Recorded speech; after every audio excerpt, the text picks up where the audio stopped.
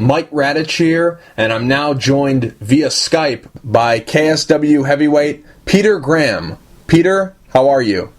I'm good, man. Nice day here in Sydney, that's for sure. Nice. Now, Peter, you got a fight coming up October 31st at KSW 32. Before we start talking about that fight, I know it's down the road. I really want to talk about that fight, but just out of curiosity, how often are you reminded of your first fight against Badari back in 2006 when you knocked him out with a rolling thunder kick? When you get around your fans and you get around people who know the fight game, how often are you reminded of that first Badari fight? Every day. I don't think a day has passed in the entire time that fight, since that time happened, that someone hasn't asked me about it, said something about it. It's unbelievable how many people have seen it, how many people have reposted it on Facebook, how many people have asked me about it. I think it's just the whole setup and lead up to the fight, who he was, who I was, the press conference. I think people now understand that none of that was it wasn't a farce. It was the real thing. And then there was the trash talking, and then the fight just after the press conference, and then the fight itself, and then the ending. If someone said, "Hey, we should make a movie like that," they go, "No, it's too cliche." Mm-hmm. But it really happened. So people are just, it's just one of those things. As time goes on, you remember, the things that are, brightest. And I think that's just one of those things. But all the time I get asked about it, like every day. Mm-hmm. Is that the best moment of your career? Looking back, maybe it is. It's just such a. At the time it was just, it was just another fight. Mm-hmm. But as I look back now, it becomes brighter and brighter. When you look at it, I go, yeah, I guess it was, man. Mm-hmm. It's a pretty crazy moment. How good does it feel to be remembered for that win? Because obviously you've lost to Badari since then. You've lost other fights since then. The tournament that you actually fought him in back in 2006, you lost in the next round, but no one remembers that. No one even worries about anything that's happened since that fight. Yeah. How good does it feel to be remembered regardless of what you do? Maybe it feels a little bit weird if you go out and have a great knockout again in an upcoming fight, but looking back on it now, how good does it feel being remembered for that fight regardless of what you've done? It feels awesome. It's just like finally someone there's something I've done that's memorable. Someone is going to talk about you, maybe possibly 2 weeks after you retire, or there's so many fights and so many guys and so many great athletes and increasing. Boxing has become bigger, kickboxing has become bigger, MMA has become immeasurably bigger, and it's we all like to think that we're going to be remembered, but athletes get forgotten quickly, and I think combat sports athletes get forgotten even quicker. So it's not having retired yet, but knowing that there's a possibility someone might remember me at least after I retire is good, man. It says, hey, at least I did something right once. Obviously, you've lost to Badari since that fight. You've fought him multiple times since that fight. But I'm just curious. Maybe you've talked to him. Maybe you've heard through the grapevine. Maybe you've talked to other people around him. But do you think that fight back in 2006, do you think that loss still bothers him? Because there was a lot of build-up to that fight. Like you mentioned, that press conference, there was a lot of back and forth. Do you think that fight still bothers him, even though he's beaten you since then? I've got to know Badari a little bit better than when I first had the fight with him. But when I mean a little, I mean a real little. And I think it does. I think he's done amazing things afterwards. I'm talking about his, fight ability. I don't think he's crushed about it or anything. But I just think that he's, it's unfortunate that for him that I feel that he's probably going to be remembered not for all the great fights that he's had afterwards, but for being knocked out from me. Every time someone says something on Facebook or whatever, they'll say something great about me, and then one or two of his fans will say, "Oh yeah, but he's done all these awesome things as well." So, at the very least, it bugs all his fans, right? Because they're like, "Yeah, but he did all this good stuff as well." And it's like, yeah, I mean, people remember stuff that's interesting. Mm-hmm. They say if it bleeds, it leads. Mm-hmm. The media, if it's right. Interesting, if you're one good or you're spectacular, that's fine. But if you get crucified once spectacularly, everyone's going to remember that. The reason people remember it is because there was such a lead up to it. There was such emotion. He wasn't just disrespecting me. He was disrespecting all the old K1 fighters. Right. They weren't really that old. We're talking, Peter Graham and Ernesto Hoost and, all these awesome fighters, Labana. Labana just retired the other day, so did Peter Graham. So it's like, we're trying to say that they were washed up then, and they were right. Epic superstars at the time, like epic, K1 was just so big. Unless you ever went to one of the arenas and saw it live, or went to Japan and realized it was on, free-to-air TV, and massive ratings in Japan, you can't understand what it was like. And, it's the whole build-up and all the talk and everything, it's a promoter's dream. And then, everything kind of clicked into place, at the right or wrong time, whichever way you want to say it, right? Just curious, how many times have you thrown that technique? Hundreds. There was a guy called Gary O'Neill, a lightweight fighter who fought Kyokushin, and he did it. And then there's a kind of sort of kick from capoeira that does it as well. And I wasn't quite, well, I'm big, I'm 6'3", I'm a big dude, man. Mm-hmm. So, I couldn't quite get it exactly like Gary O'Neill did it. And then this capoeira dude was doing something a little different. I said, man, I think I can do it like that. So I tried to copy him. He was a little rude to me, actually. He was like, "Oh, you're too big to do this, dude." I'm like, "Thanks, man." Right. So I just practiced and practiced and practiced. I did a lot of times in sparring. Probably there was a highlight reel going around on the net of me just throwing that kick in a whole bunch of fights. So I threw it more, and I've landed it a few times, quite a few times. But like I said, no one talks about them because it didn't have the build-up, and exactly what you said before about most fighters are they're friends, or at least they're nonchalant about it. Like, whatever, man, turn up, fight, beat the crap out of you, knock you out, get knocked out. It's my job. Especially guys like me, we're prize fighters, man. I've had over 100 professional fights from kickboxing, boxing, and MMA.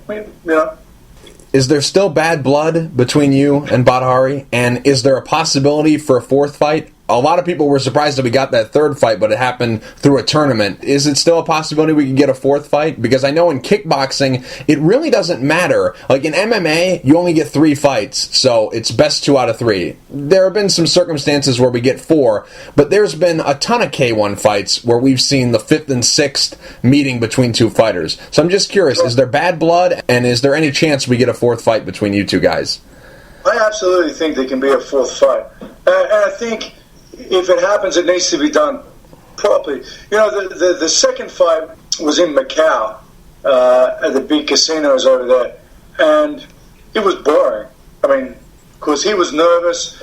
K1 was nervous. They really wanted him to win. They paid him a whole bunch of money.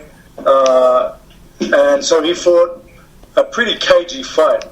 And it was just boring. He held on all the time, and watch the fight, you go, well, whatever. You can see why they gave it to him, because, they just paid him a whole bunch of money. But did he win the fight? I don't know, man. It was a snooze fest.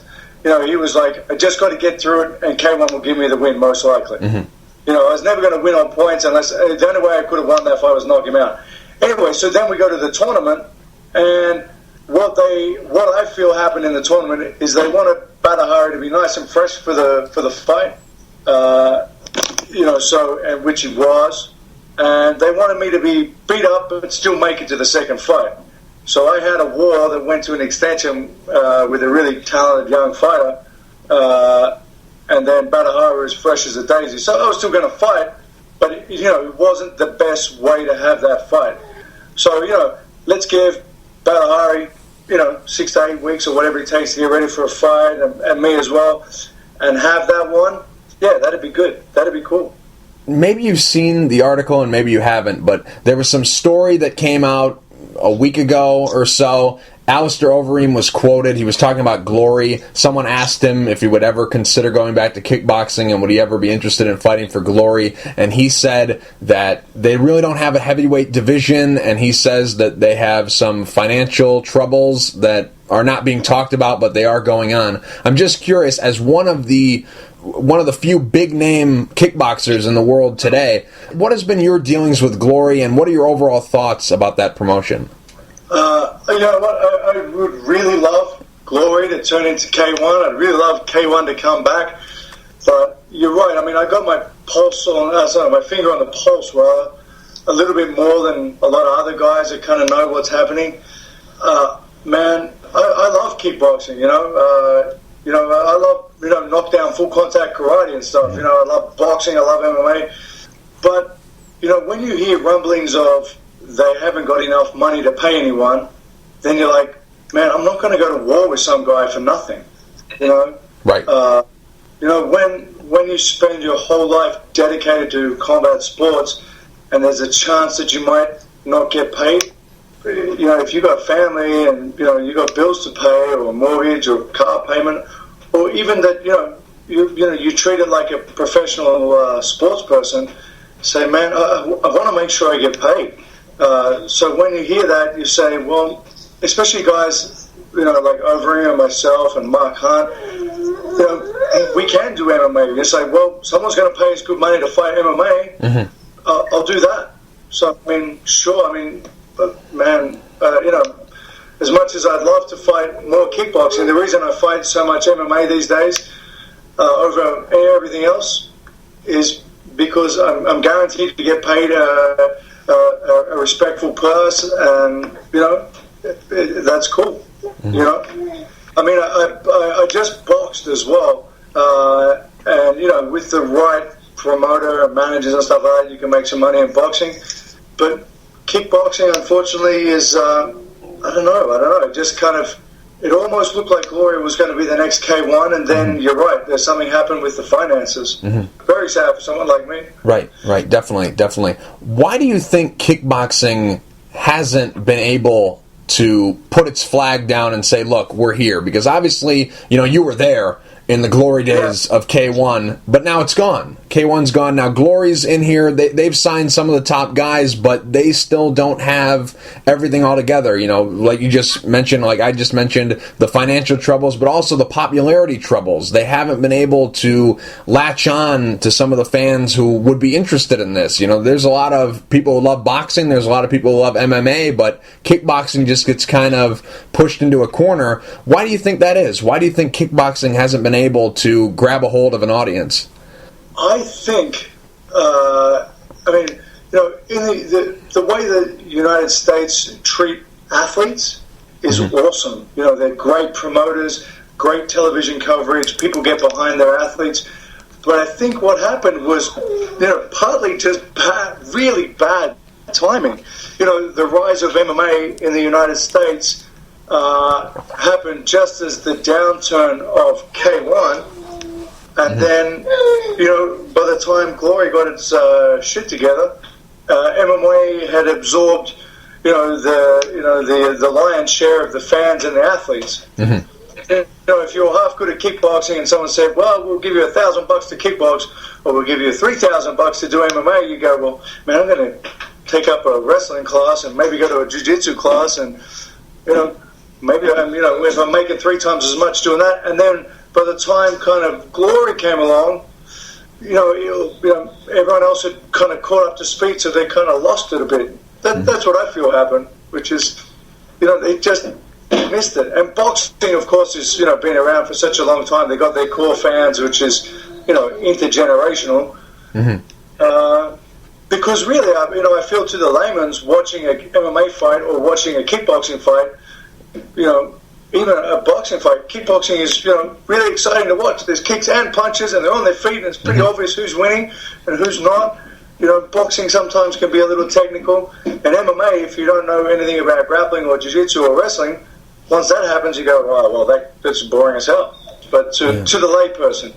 So, this is kind of strange, because kickboxing is awesome to watch. Yeah, it's some really great stuff. I don't know why it hasn't latched on. Now, you don't have to give me an exact number, but how much money does K1 owe you? Obviously, it's never going to be paid, but does K1 still owe you money? You know what? I had an awesome manager in Japan, and they made sure I got paid. Now, I'm not sure. The guy who looked after me was a gazillionaire, right? Oh, hold on. He was a gazillionaire, so I always got paid, but I'm not sure that he got paid. I don't think he cared, but they don't technically owe me anything. I was just curious about that because I asked Ray Sefo a couple years ago, and he wanted to cry. That's how much money they owed him. Yeah, I know some guys who are owed hundreds of thousands of dollars. Yeah. Yeah, that's also one of the reasons I left Japan. I used to live in Japan. Right. And then, I'm hearing about guys not getting paid for a year. And I'm going, what? Not getting paid for a year? And they say, damn. And then they were asking me, hey, Pete, did you get paid? I said, yeah, man, I got paid, but it was like 3 months late. And then I was like, all the rumblings, this Chinese company bought them and all this other stuff. And I'm like, okay, I think I'm going to err on the side of caution. I'm moving home because, I don't want to, I want to be owed a lot of money. And, K1 is not, easy either. Like, every fight, they purposely match it up to be super exciting. So, I am fighting for free, that's for sure. I'll make sure I get my money. So, right. I was lucky. But that's, when I started to really push my MMA career, which was also very tough. And I took some very, very small paychecks. Right. But, hey, that's life, right? Right. Now, you mentioned that you had a boxing match.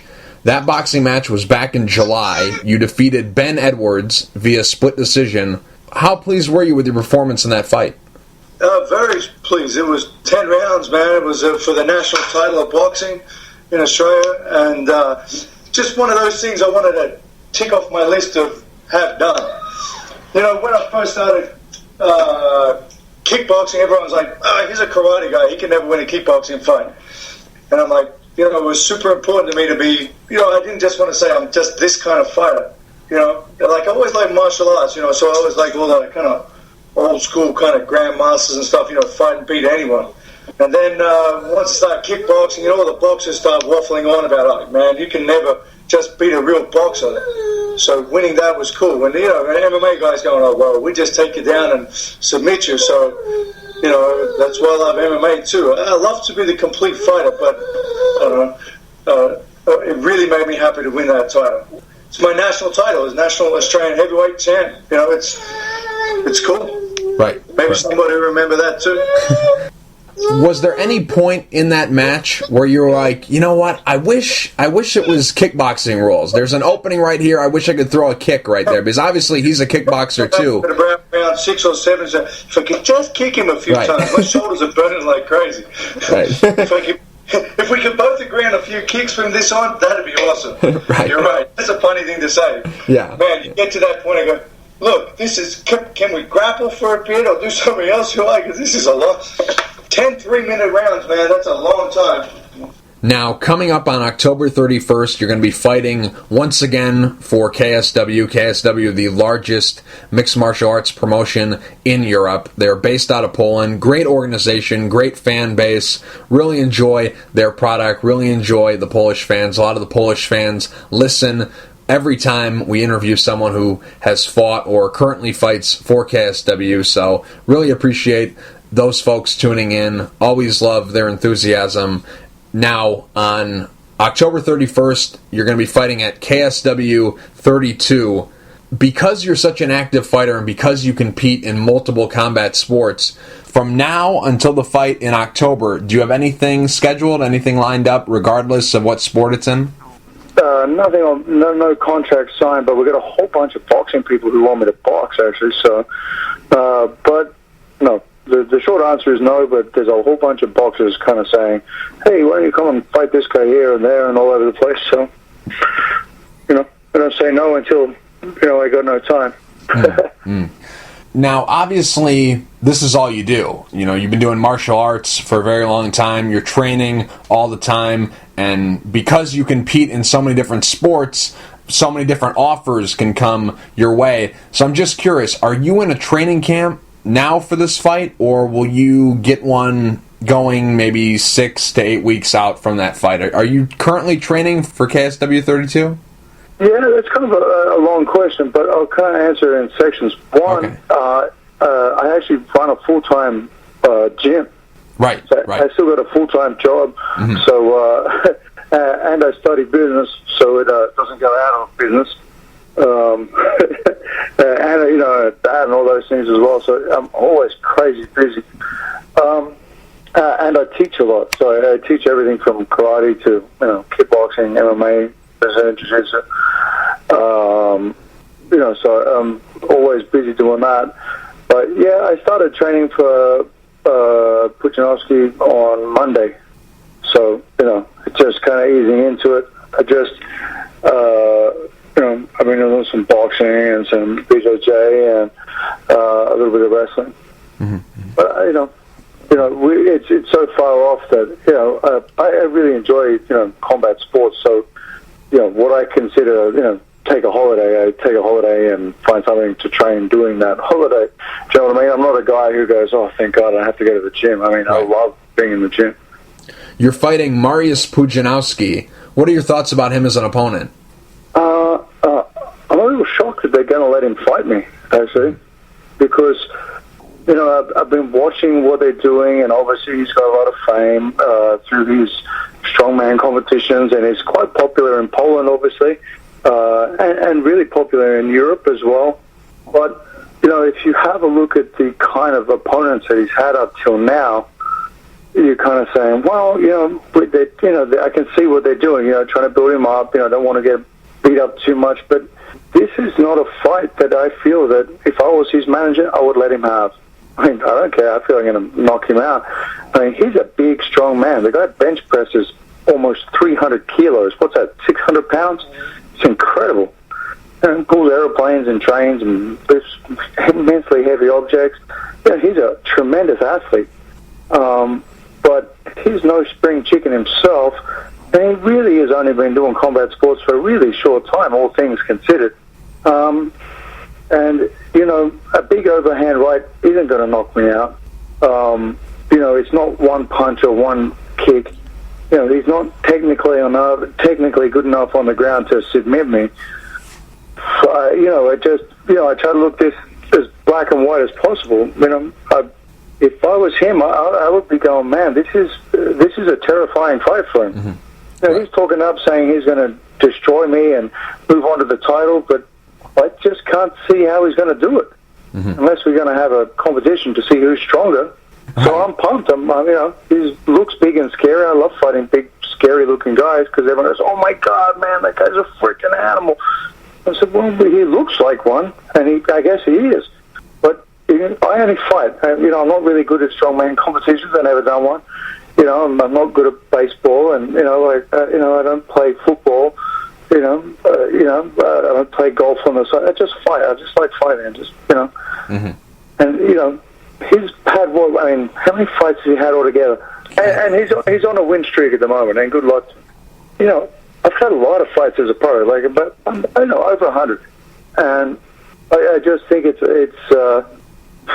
just think, wow, man, I really hope he's in the gym right now, really working hard on his boxing, and his kick defense and, some type of submission or something, because otherwise he's going to get really hurt.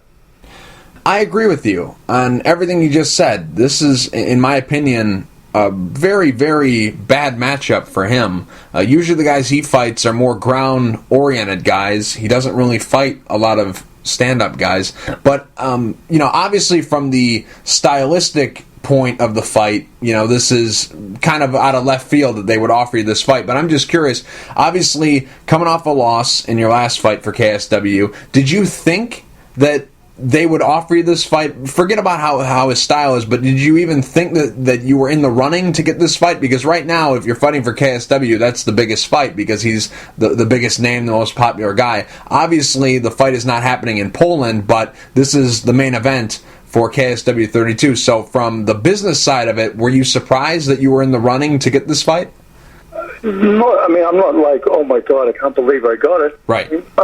If we look at myself as a combat sports entertainment athlete, I can talk under head cement. I like to fight. I'm a guy who will stand there and, as we say in the show, he'll punch on until someone's punched out.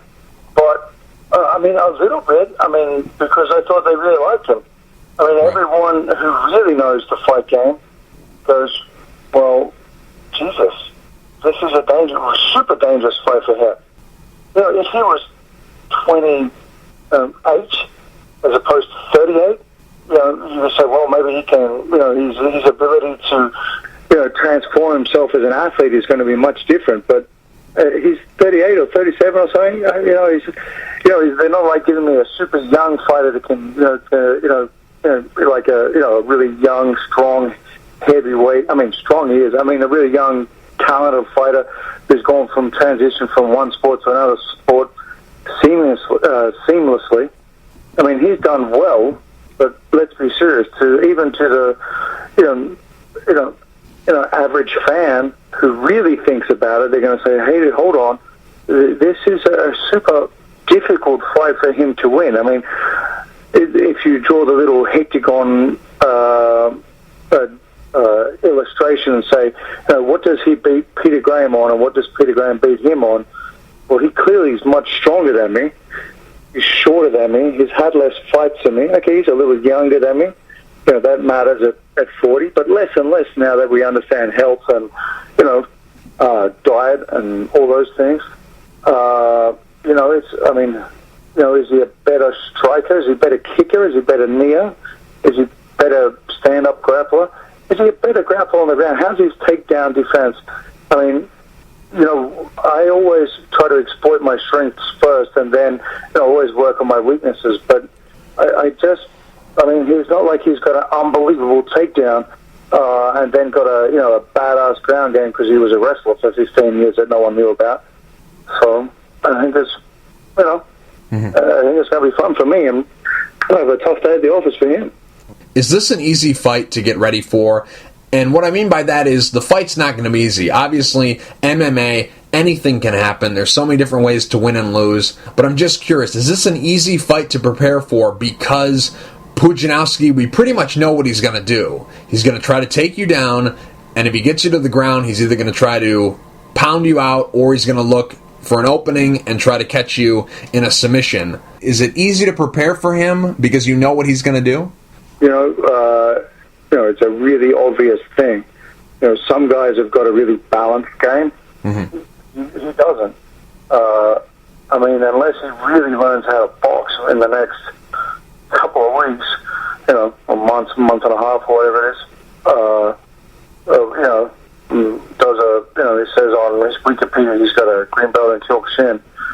Unless he really goes to a Kyokushin class every day and really works hard to check those low kicks those bad boys give out all day, and a boxing class, and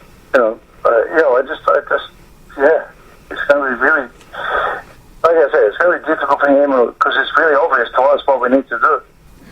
Now, you've truly fought all over the world. There's some guys who say they fought all over the world, but they've only fought in like maybe 2 or 3 different countries. You have truly fought all over the world. You fought in the United States, you fought in Australia, New Zealand, Japan, Poland, Russia, China, Dubai, Serbia, pretty much all over the globe, except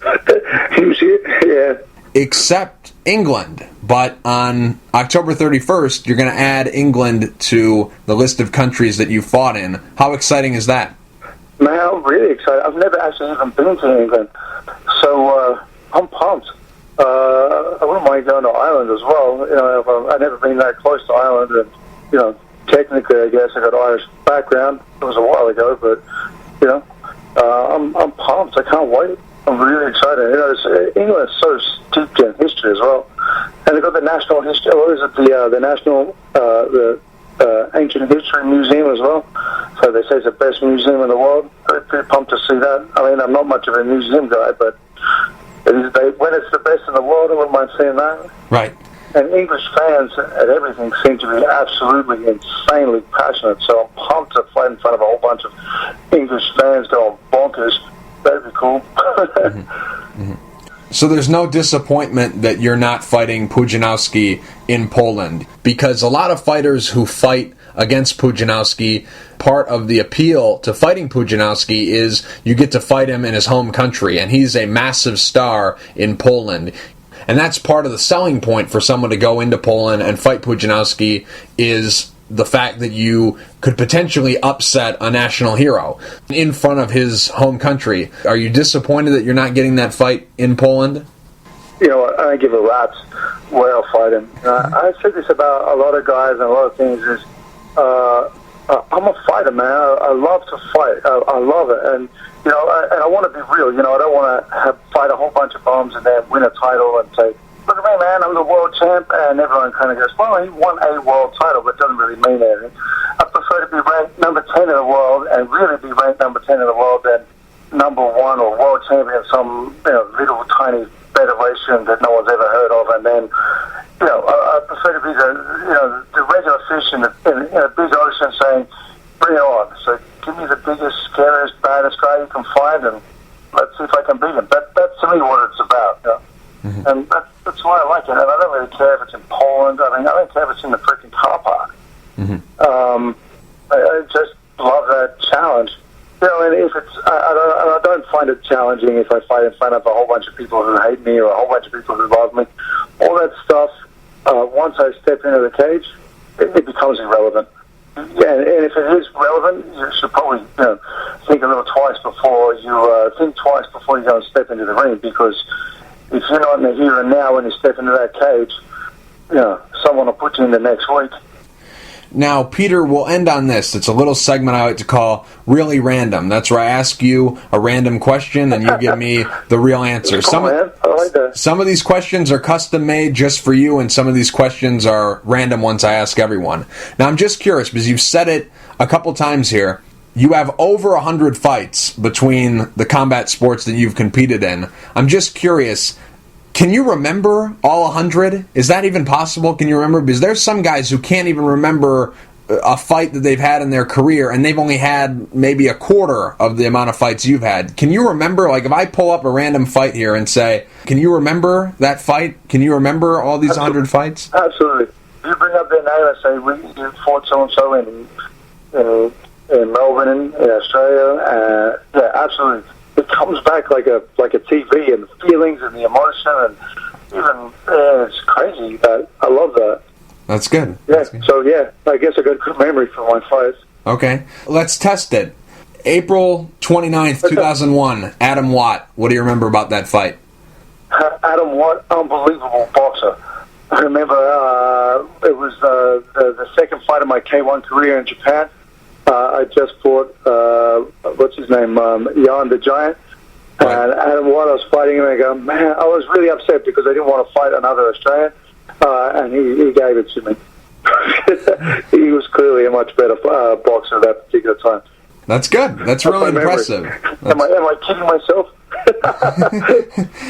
It's really impressive that you can remember 100 fights. Because like I said, there's a lot of fighters out there who've had 20 fights and they can't remember any of them, and you were just able to pull that one out on the spot. So very impressed with that. Just curious, now this might be... Osaka, right? You are correct. K1 World Grand Prix 2001, yep. Now, this might be a weird question, and I don't want you to be offended, but since you have competed in boxing and kickboxing and the main objective in those sports, and of course MMA, but there's so many different ways you can win in an MMA fight. Sometimes we've seen guys not even land a single punch and win by submission. So since you've competed in boxing and kickboxing, I'm curious, do you still have all your teeth? Yeah, man, I got all my teeth. It's good. I did have a bridge knocked in half, so I broke the bridge in half by a left hook when I fought for the state heavyweight boxing title. I got hit by a left hook by a guy called David Levi, a massive, really scary-looking dude who's of Polynesian descent. He hit me hard with a left hook and knocked the bridge in half. I fell out a few days later. But yeah, I got all my own teeth. I never had any knocked out. I mean, of my own teeth. Okay. I was just curious about that. But anyways, moving on. The teeth, we're doing well. I'm glad to hear. You're 40 years old now, and you don't look a day over 30. You pretty much haven't aged. You've been staying the same. Have you found the fountain of youth in Australia, and you're just not telling me about it? That's pretty much what's happening, so just go ahead and don't tell anyone. Okay. I think it's just that I train all the time, and I try and improve everything in my life all the time. You know, I get a little smarter with my, with diet and rest, and, just always trying to improve, the system of, living that I have. You're right. I've got some pictures where, it's 10, 15 years ago. Man, some of them, I'm pretty sure I look better now. Right. I agree. I've said it to myself numerous times. Like, I think he's getting younger as he gets older. To me as well. People say it all the time. Say, how is it possible you look younger now at 40 than you did at 30? I said, I'm not sure. I may be the only person ever to get smarter and better looking by being a combat sports athlete. Nice. How long do you want to continue to fight? You know what? If I was a single man and I didn't have a family, I would want to fight until there was no fight left. I'm really appreciative of all the awesome things that combat sports has given me. Like, I'm that guy that all the good stuff that can happen from combat sports I got. I really still do it because I really love it. I love to win. I just love it so much. But I'm going to retire sooner rather than later. Mm-hmm. I don't want to have anything that's going to mess up what I have in my life already. Right. Specifically, I wouldn't want to have any brain injury. Mm-hmm. Because, I would hate to be a burden on my family. I had a whole bunch of checks done, fairly recently, and they said, you're fine. There's absolutely nothing wrong with you. It's like you don't even compete. It's unbelievable. But so I'm fortunate that I have a very, very strong body. I'm physically and mentally, of sound, body and mind, I think they say. Mm-hmm. So I think, I'm probably going to retire within the next 12 months, I reckon. That's what I told my wife. And I like to keep it real with her. That's what you told the boss. That's good. That's good. That's exactly who she is. That's good. Happy wife, happy life. That's what they tell me. You're preaching to the choir. Right. And I always say, and you mentioned that you're feeling fine, I always say, my little saying, it's better to walk out early than limp out late. Yeah, that's a good saying. I had an interview the other week, and I said to them, if nothing great or, immense happens to me in my life from this point on, because I turned 40 on the 5th of August, so it's only a couple of days ago, really. Right. And I said, if nothing ever gets better, if I don't win another title, I don't become more wealthy or more famous, or if I don't have any more kids, or, I'm good, man. Seriously, I'm a happy dude. I have so much more on every aspect of my life than when I first started combat sports. I'm good. So I'm really happy. It's like, wow, man, I can't believe it. Because I really took stock of my life on my 40th birthday, and I went, hey, Pete, you're good, man. You did it. You made it here, and you didn't mess your life up at all. You're good, and there's no chance you're going to mess it up from here because you've got a system that works. So yeah, I'm super fortunate. You've been doing martial arts since you were a teenager, and now you're 40, so you've been doing martial arts a very long time. But I'm just curious, was there ever a point in your career where you got burnt out from fighting? Was there ever a point in time where you didn't want to continue fighting? Was there ever a point in time where you're like, you know what, I've been doing this such a long time, I want to branch out and do something else? Did you ever have a moment or moments in your career where you got burnt out on fighting? Never. I walked into a dojo when I was 18 years old. I said to the guy behind the counter, whose name was Johnny, I said, mate, I want to become a karate champion. What do I need to do? And he told me, he went back into the office after and said, hey, there's some crazy kid out here telling me he wants to become the champ. I'm still that crazy kid, except I'm 40. Right. I think if you have a look at the very first year I turned pro, if you count my full contact, knockdown karate, which is bare knuckle, no shin pads, everything, knockdown karate rules, and my boxing and my kickboxing, in that year, my first year as a pro, I had something like 16 fights. I just love fighting. I mean, one time I had a fight in New Zealand for a kickboxing world title in Dunedin, which is in South Island. Jumped in a car, then slept in an airport, jumped in a plane, flew to Auckland, New Zealand, flew back to Sydney, went home, got changed, packed my bag, came back to the airport in Sydney, flew to Melbourne, and the next night I fought for a K1 eliminator. And I won both. So I won on the Friday night in New Zealand. I won the world kickboxing title, and then on the Saturday night I beat Chris Christopolidis, and I beat Lightning Mike Angrove in New Zealand. One day apart in two different countries. I just love fighting. It's like someone who's a pro surfer. I mean, I guess he doesn't go and do math on his day off. Just wants to go and surf again. Right. Like, I mean, not even close to getting burnt out. Mm. Good to know. I love teaching. I love learning. I love competing. I love fighting. And, the one thing that I know now after 22 years is, man, I still feel like I've got so much more to learn. Wish I could keep fighting for another 20 years.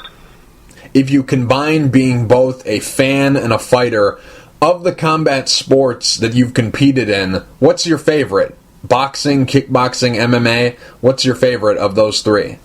Funny thing, I don't really watch many fights because I don't really have much time with all the other stuff I got going on. I watch the guy I'm going to fight.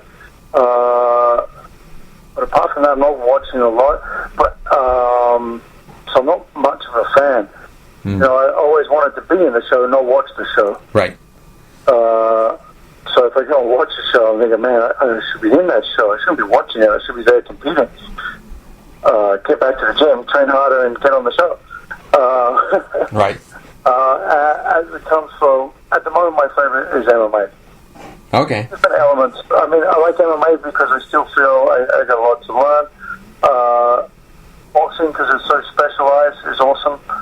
It's hard to say what I love the most, but right now I love MMA the most. Mm. Best advice you were ever given through life, and best advice you were ever given through fighting, and who gave it to you? The best piece of advice is be strong in every aspect of your life. And Masayama said that, which is the guy who started Kyokushin Karate. Be strong. Be a strong fighter. Be a strong businessman. Be a strong father. Be a strong leader. Be a strong person. That wasn't given me to be personally, but that was his kind of whole thing. And that's kind of the way I try to live my life. I try to be a strong person, good person. As for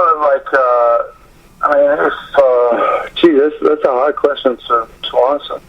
Well, instead of saying who's maybe given me one thing that it's really affected me, I would say, take as many, take as much as you can get. All the little things that you see on Facebook saying, be strong today, and work hard now, or get back to the gym, or just keep pushing yourself, keep going to the gym, keep training, keep going.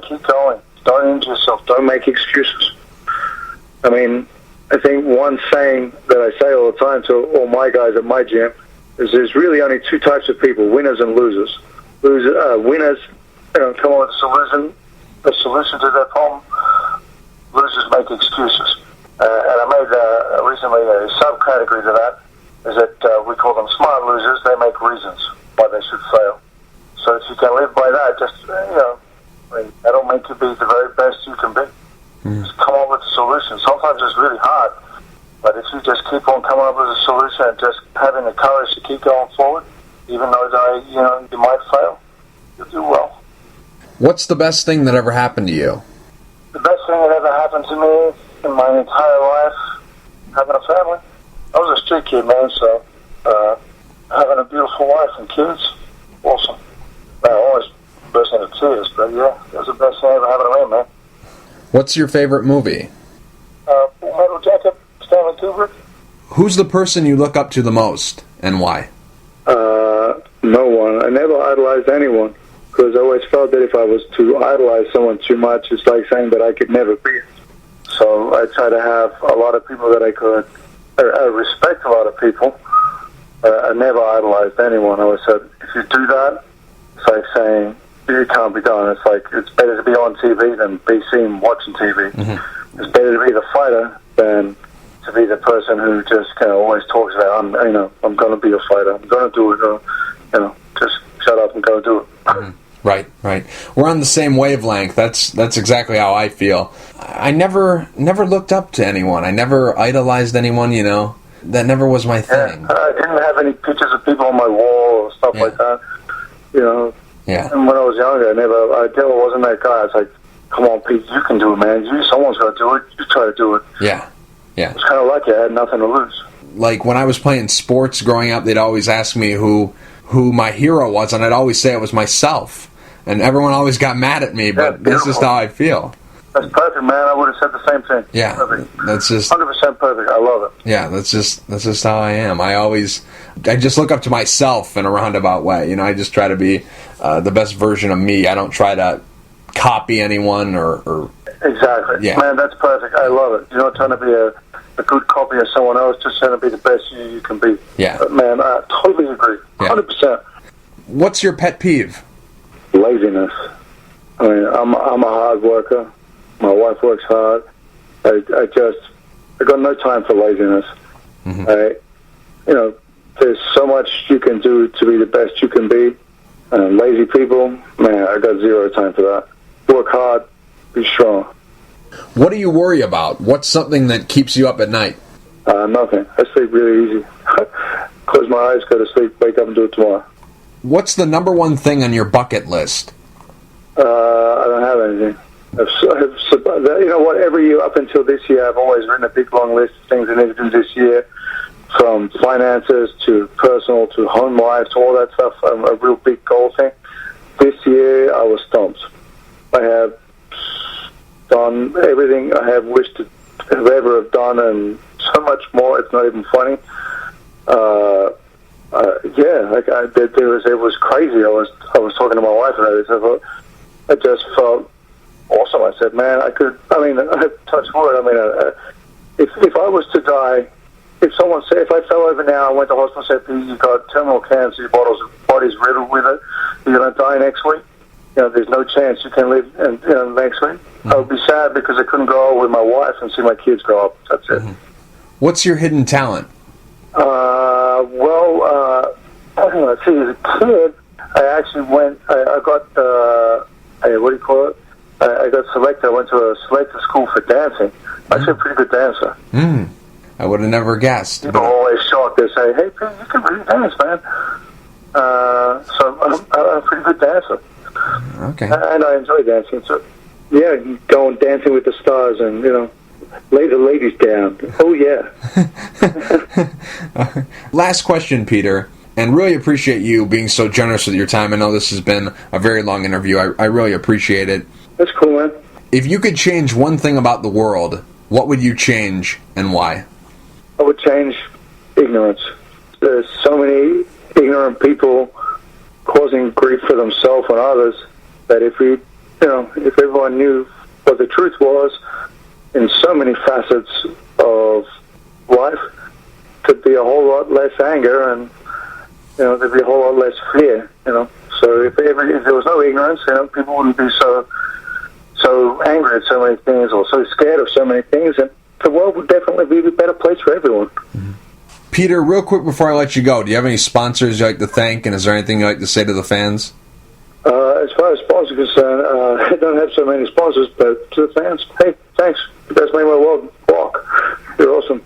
Thanks for all the tickets you've bought and all the cool things you've sent me and all the nice things you've done. Peter, thank you for taking the time to talk. I really appreciate it. No worries, Mike. Have a good one.